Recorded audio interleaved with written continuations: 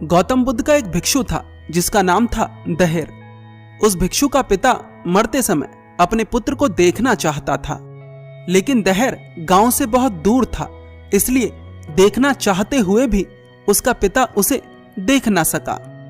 मरते वक्त उस व्यक्ति के मन और चित्त पर उसके बेटे दहेर का ही नाम था। नाम लेकर रोते रोते ही उस व्यक्ति ने अपने प्राण त्याग दिए। मरने से पहले उस व्यक्ति ने अपने छोटे बेटे को 100 स्वर्ण मुद्राएं दी और उससे कहा कि जब दहेर आ जाए तो उसे ये स्वर्ण मुद्राएं दे देना। कुछ दिनों बाद दहेर गांव लौटा।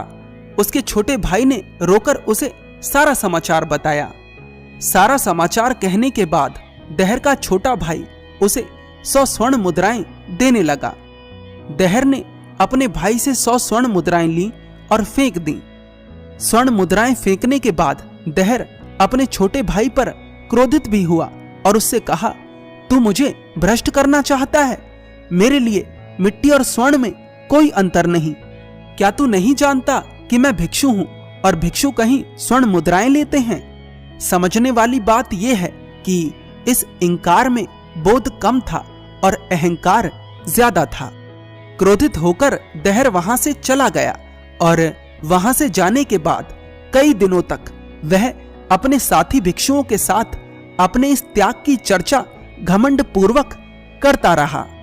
दहेर अपने इस कृत्य से बहुत प्रसन्न था। उसे अभिमान था कि उसने 100 स्वर्ण मुद्राओं का त्याग कर दिया। लेकिन कुछ दिनों बाद दहेर उदास रहने लगा। वे 100 स्वर्ण मुद्राएं उसका पीछा करने लगी। रात को उसे उनके सपने आने लगे। दिन में स्वर्ण मुद्राओं का विचार घेरता और रात को सपने परेशान करते। उसके मन में प्रश्न भी उठने लगा कि क्यों छोड़ दी, ले ही लेता, किसी को क्या पता चलता।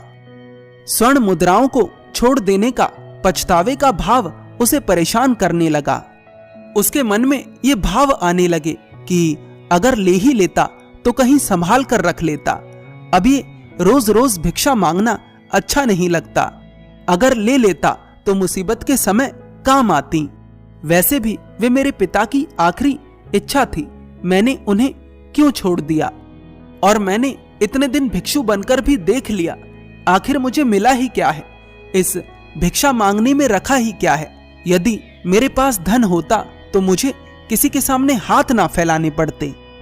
उसे दिन रात यह विचार सताने लगा और एक रात यह विचार इतना ज्यादा प्रबल हो गया कि उसने निश्चय करा कि कल सुबह मैं संन्यास त्याग दूंगा और ग्रस्त हो जाऊंगा।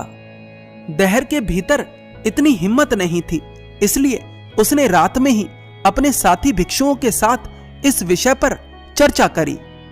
सुबह होने पर बुद्ध के कुछ भिक्षु बुद्ध के पास गए और उन्होंने दहेर की मानसिक स्थिति के बारे में बुद्ध को बताया।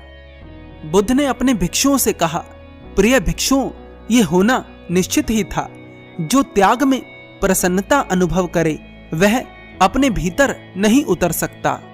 धन के त्याग में जो प्रशंसा लेना चाहता है वह धन में अपने रस की घोषणा करता है। भोगी और त्यागी में ज्यादा भेद नहीं है। भोगी धन को पकड़ता है और त्यागी धन को छोड़ता है, लेकिन दोनों के ही मन में धन का मूल्य होता है। भोगी पागल होकर धन के पीछे भागता है और त्यागी भयभीत होकर धन से भागता है। दोनों की दिशाएं अलग हैं, लेकिन राग रंग एक ही है। इसलिए मैं जानता था कि यह घड़ी आएगी। असली बोध ना तो धन को पकड़ता है और ना ही छोड़ता है। बुद्ध ने दहेर को बुलाया और उससे कहा, पागल, इतनी सी स्वर्ण मुद्राओं से तेरा होगा भी क्या? क्या तुझे लगता है कि 100 स्वर्ण मुद्राएं तेरी तृष्णा को शांत कर सकती हैं? 100 स्वर्ण मुद्राएं कितने दिन चलेंगी? याद रख, तृष्णा दुष्पूर है। ये थोड़ी सी स्वर्ण मुद्राएं तो और भी अग्नि में घी का कार्य करेंगी। ये 100 स्वर्ण मुद्राएं तेरी तृष्णा की अग्नि को शांत नहीं करेंगी, बल्कि उसे और बढ़ा देंगी। क्या तुम भी अपने पिता की तरह जीना चाहते हो, जो अपने अंतिम समय में भी दूसरे के लिए जिया, जो अपने अंतिम समय में भी ये ना समझ सका कि इस दुनिया में कोई भी अपना नहीं? तुम्हारे पिता ने अपने अंत समय में भी दुखी होकर अपने प्राण त्यागे। क्या तुम इस बात को नहीं देख पाए कि ऐसा करने के पीछे कारण क्या था? ऐसा करने के पीछे कारण था तृष्णा। क्या तुम भी उसी तृष्णा में डूबना चाहते हो जिसका परिणाम दुख है? कम से कम अपने पिता से सीखो, जिनका पूरा जीवन दुख में था और जिनके जीवन का अंत भी दुख से भरा था। अंत उसी का दुख में हो सकता है जिसने अपना पूरा जीवन दुख में जिया हो। जो व्यक्ति बोध के साथ जीता है, जो जागरूकता के साथ जीता है, जो आनंद के साथ जीता है, उसका अंत आनंदित होता है।